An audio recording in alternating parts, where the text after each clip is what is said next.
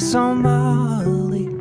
Then you smiled and grabbed my arm, and I felt Molly. Said you'd get off at 5:15. We're gonna meet our friends for drinks. When I pictured what that means, I saw Molly.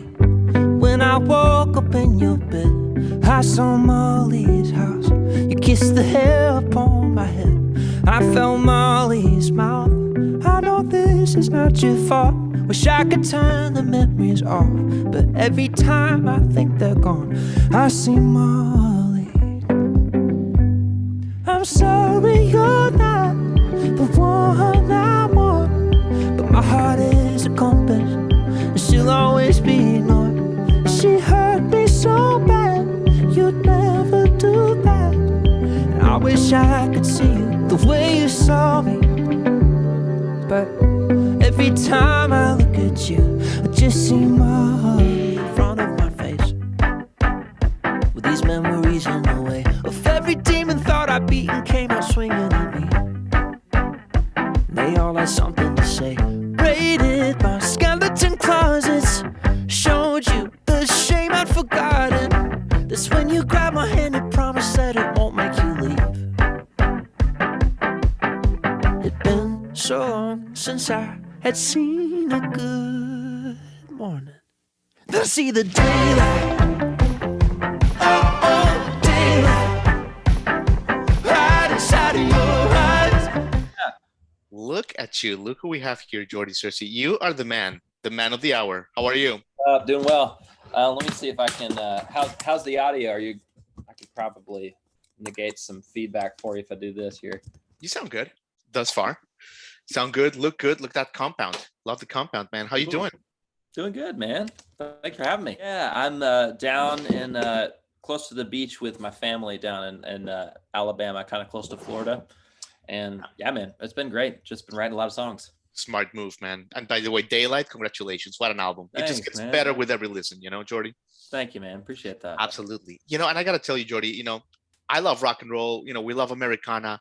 But for you, it's blues and pop, right? That does it. Yeah, I think generally like just songwriting, I like my music tastes kind of vary from genre to genre.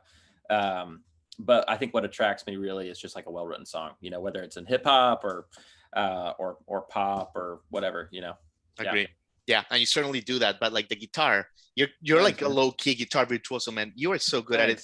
How old do you start when you play guitar like you do, Jordy? Yeah, so I wanted to be a guitar player till I was maybe 21 or so. I started playing when I was like 9, and so for a lot of years, that was my whole family is musicians. So like, it was a really serious like, okay, I want to be a session player. I want to play live for people. So I practiced and spent a lot of time mostly on guitar. And then when I was 21, I kind of realized it's like, okay, man, I actually kind of am my heart is gravitating towards songwriting as a career.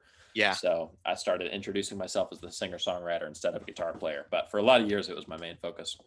So was it like from your family where you kind of get the guitar and you start practicing? Is that like where it started? Yeah. I think like my dad's a keys player and a songwriter, and my mom's a vocal coach, and like everyone in my family has like made a record at some point. You know? So yeah, it was definitely the family trade. Were you a popular kid, Jordy? It strikes me like, you're growing up in Louisiana, you're musically talented, you're a good looking chap. Like, were you like a super popular kid? I think I honestly have no idea. I had friends, but I spent so much time playing music, and like I would skateboard and surf a lot. And so I don't necessarily think that I didn't have a whole lot of friends or people didn't want to hang out with me, but I definitely like spent more time on like music and being out in the water than I did like going to parties or anything. But I had most of my friends like played music or skateboarded with me. I love it. It's like you never really wasted any time. Like, what was the fantasy when you were growing up, Jordy? Like, was it I'll get in a band, I'll be famous, and I'll be a guitar player? Like, was there like a beacon? I think it was more so just like I'm gonna be in the music industry in some capacity. Like I wanted, like I always just wanted. I'm a huge Beatles fan, and so I think the dream still for me is like, man, I want to make whatever my version of a masterpiece like those records are, you know. Sure, sure. So I think that was when I was in high school. I was like, man, I just want to be a part of great music, and I think that's still kind of the heartbeat for me today. Absolutely. So what like Beatles era like are you inclined? Like when you talk Oh about man, Beatles, I'm a huge Beatles nerd, so all of it.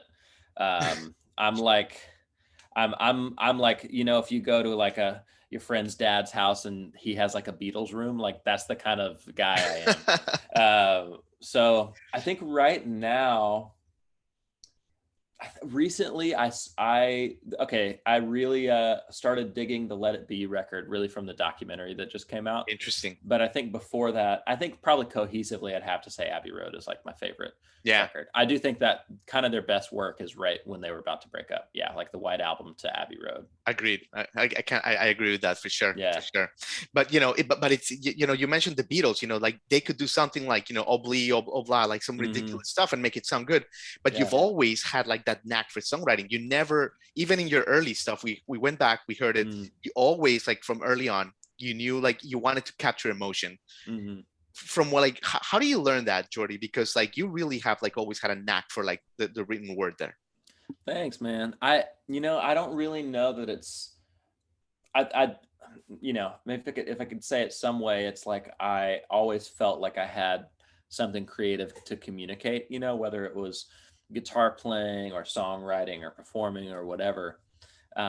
And I think songwriting for me was just like the most efficient way to get it out. And so I started writing when I was like 11 or 12. And I remember the first song I wrote, I was like, whoa, this is it. I want to do this Yeah. forever. It was a very, very formative experience. And since then I just like started writing all the time. Um, and yeah, I think it did kind of always feel like, oh man, I have something that I want to communicate, and songwriting is like the most efficient way to get it out.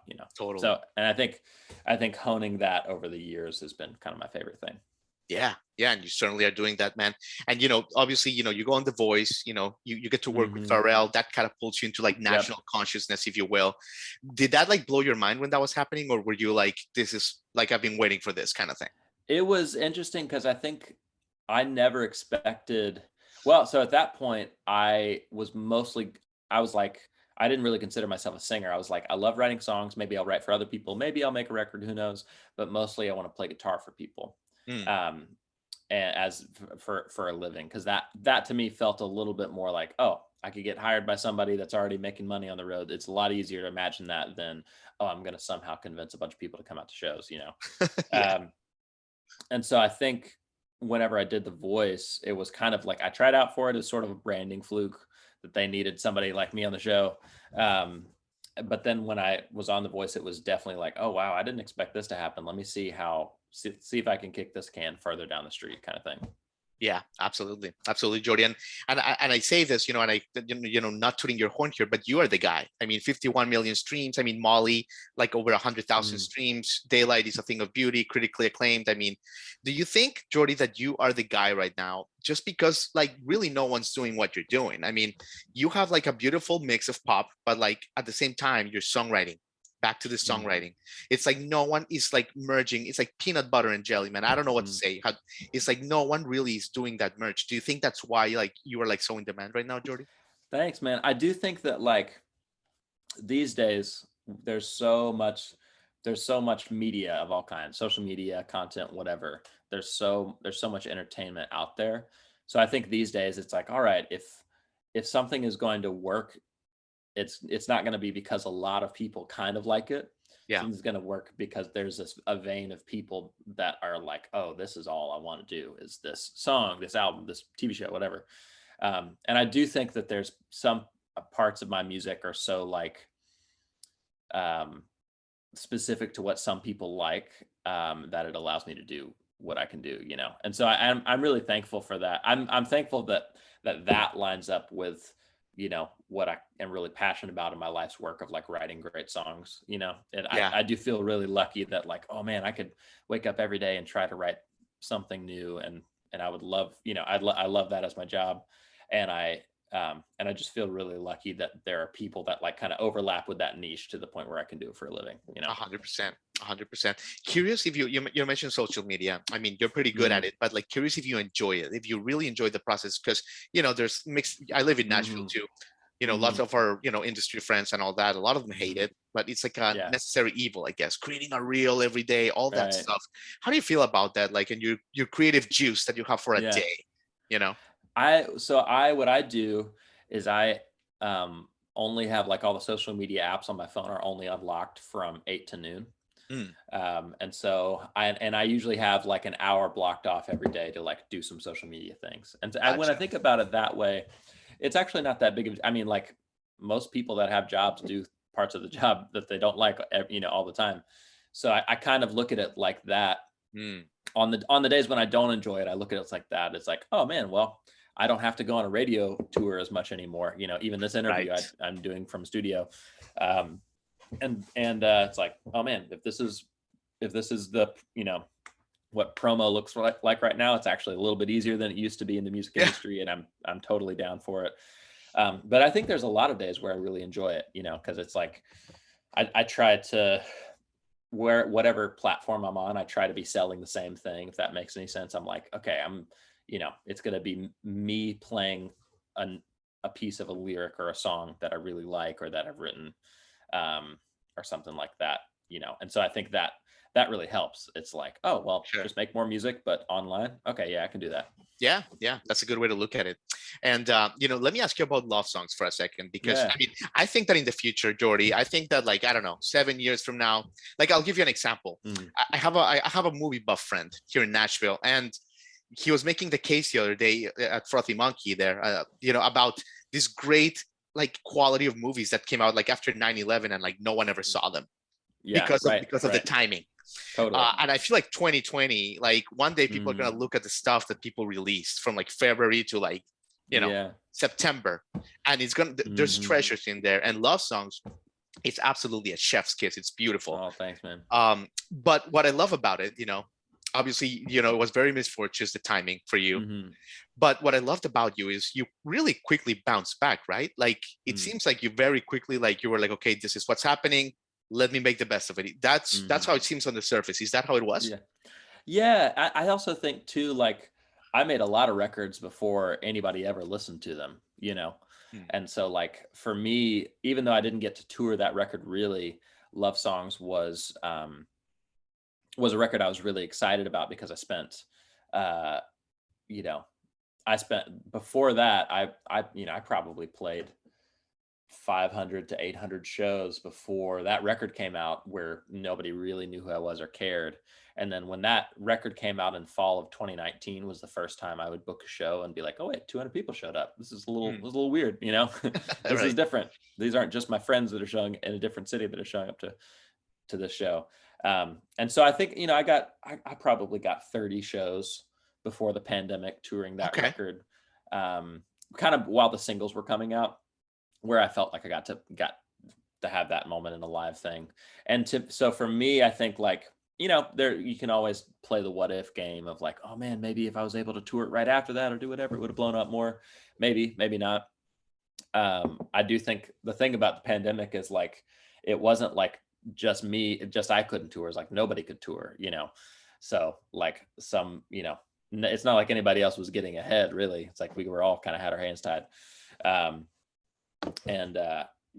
think that I'm still really proud of that record, and I think it's my perspective more like, oh man, it's still pretty weird that anybody cares about my music, and so I'm going to take what I can get. I love that. And as far as bouncing back to make the next record, it's like that's kind of what I've always done. I wrote a bunch of songs for the Love Songs record, and I started writing in 2020 for the Daylight record, and then I'm probably 75 songs deep in for the next record, to be. You're like on a hot streak. I love it. You're on a freaking hot streak. I love it. So during that time in 2020 though, like you were like you basically got in your car and you drove like the entire West Coast, up and down. What were like some of the breakthroughs that you had that time, Jordy, like creatively as a songwriter? Like, did you have anything like what were the creative breakthroughs there? I think the most important thing about that trip for me, it was about a month long, And it was about a month, and I was completely isolated for a month, and I'd never done that before. And that was a really good experience for me, because before that, I kind of had a perception of myself as just a musician, like every once in a while I would be like, I would go get a coffee, and then I'll be like, oh man, I should go to this coffee shop because then somebody might recognize me for my music, Yeah. which was kind of a hilarious, dumb thing to do. And so doing that trip in the van really just kind of like brought me out of that mentality, and caused me to be like, okay, it's just be by myself. Let's get back to the roots here. And I think that there's a few songs that I wrote on that trip, and just kind of sounds and like just the raw landscape of the California coast, and that isolation really made me want to make a completely different type of record than I'd ever made. And so we, everything from the writing to the production to the recording techniques to like the things I was writing about to like the way that I was singing and I wanted my voice to come across was like totally different and way more rugged and way less polished, and way like more honest. And it's definitely like, I didn't expect to make the record that I made, and I'm really thankful of how it came out. Absolutely. I mean, seriously, I could talk to you for 17 hours, and I know you're going to play a song for us, Jordy, but like your songwriting really, it's just like, it's incredible. It's just beautiful, man. So, and that's definitely one of the greatest cards under your, under your sleeve or whatever. Thanks, but yeah, do you want to take us away with a song? Yeah, I would love it. Thanks, man. Appreciate it. Yeah. Okay. Let's see here. How do you take care of your voice, Jordy? Do you do throat coat, ginger, or are you a heavy drinker? I do a lot of warm-ups. Usually before I play a show, I do maybe 20 minutes of warm-ups. Okay. And I think that's kind of the most important thing for me, is just like always never getting into a point where I'm pushing my voice too much, Right. Yeah, totally. Cool. Let's see. So I could play. I might play that song Molly, that the first one that came out as a single. So this is the tune that had a little moment on TikTok, and it's done better than the rest of the songs on the record. But when I wrote it, I didn't think I was going to put it out at all. I was like, oh, this one's okay. And then I put it on TikTok, and people reacted with it in a way that like I really didn't expect, which I'm really thankful for. And so this is like a very unexpected song of mine. And I think the recording too, like we played it on these rubber bridge guitars that are a really interesting instrument. And we like played, two guitars and bass down at the same time and just got a good take. And I sang over that. And nice.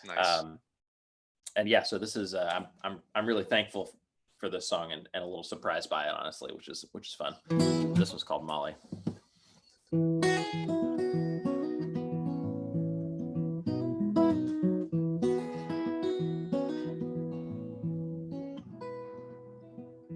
When you opened up the door, I saw Molly. Then you smiled and grabbed my arm, and I felt Molly. Said you'll get off at 5:15. We'll go meet our friends for drinks. When I pictured what that means, I just saw Molly.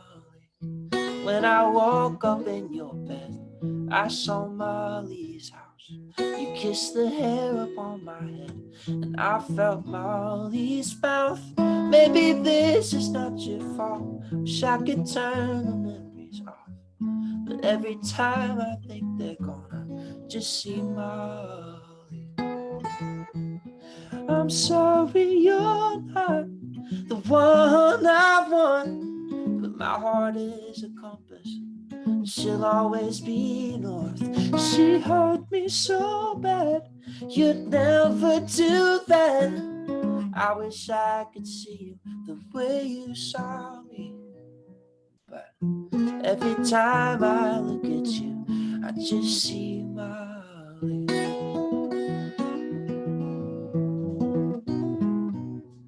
It's not like you don't measure up. Yes, she was bad to me. Never thought to ask the kinds of questions that you ask me. Maybe that's the reason why I don't believe it when you're kind. You say you'll never change your mind. I think of, well, I'm sorry you're not the one I want, but my heart is a compass, she'll always be north. She hurt me so bad, you'd never do that. I wish I could see you the way you saw me. Every time I look at you, I just see my only.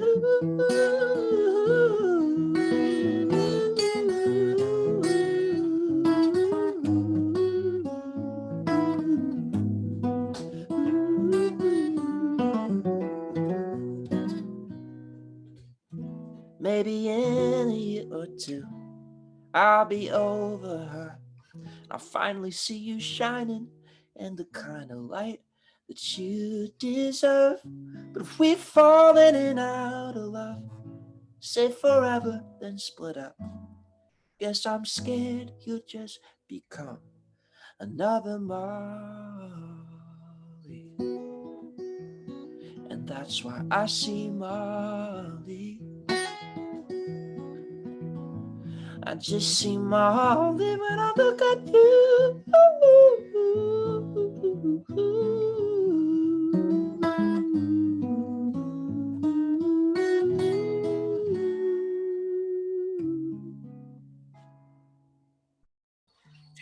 Jordy, my chills have chills, man. Thanks, Unbelievable, man. brother. Thank you so much. What a gift. What a treat. Thanks, Re- man. Appreciate Really, it. Thank you very much absolutely. for having me. Absolutely. We'll see you around Nashville. Yeah, that's right, man. See ya. Thanks. Appreciate it.